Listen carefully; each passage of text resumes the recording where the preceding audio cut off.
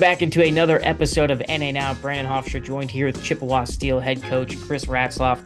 Chris, first off, first season in the books, you guys finished 29, 25, 4-3, a spot at fifth in that tough Midwest division. But talk about your overall experience from taking over the Steel last year. Yeah, it was a great experience. Yeah, we missed the playoffs there by 1 point. Came down to the last weekend, and Springfield did all they could to try to help us get in, but we just fell at 1 game short. It was tough watching it because we were done, I think, on Wednesday, and we had to wait for the weekend to see what would happen. Yep. The Wilderness bumped us on the weekend, so overall, great experience for me. I love the area in Chippewa. I love the team. Casey and his staff did a great job of putting together a good team for us. Just a great experience overall. You've been a part of the NAHL family of leagues for some time with NA3HL, Rochester for quite a bit. Talk about maybe the biggest learning curve, but the experience you gained in that NA3HL heading into this first season. I think the biggest thing was just the change in environment, the change in the business structure from the NA3HL, excuse me, to the NA. The hockey was the hockey. Obviously, it's a higher level. It's a treat to come to the rink every day and work with such talented, gifted athletes that can understand what we're trying to accomplish and actually execute everything. Obviously, there's still a range of talent, no matter what level you're at. But it was a great experience. I'd say the biggest difference last year was dealing with NHL scouts and NHL teams.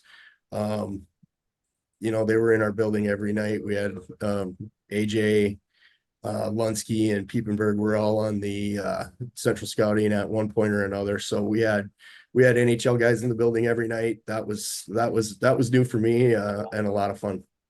Speaking of scouts, obviously a lot of NCAA scouts were in the building and in attendance as well, with 16 guys that you had committed out of the Steel last season. It's always great to be a part of that. You're obviously a part of it at the NA3HL level, so you're very familiar to that feeling, but it's always a perk of the job, if you will.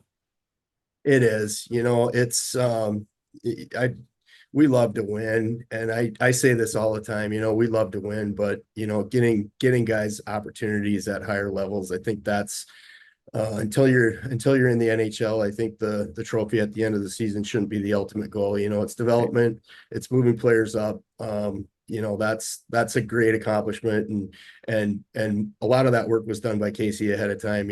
So all the guys that got their college commitments, they're going to go on and have great careers.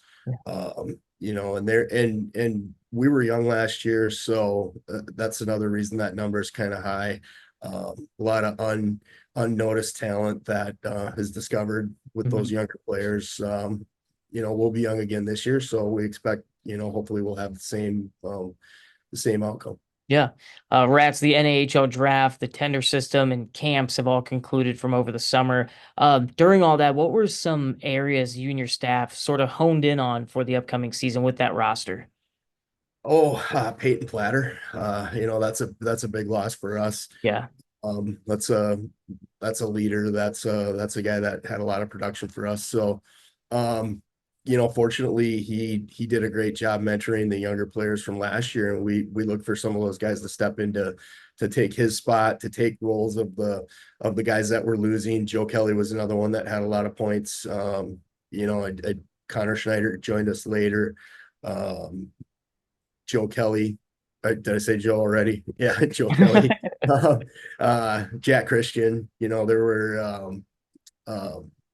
all of our guys, Nick Hatton, all of our guys that were 20-year-olds last year. And if I missed somebody, sorry about that. A lot of players in my head. We just finished Right. camps. You know, all had a huge role on our team last year. All were great 20-year-olds, great leaders.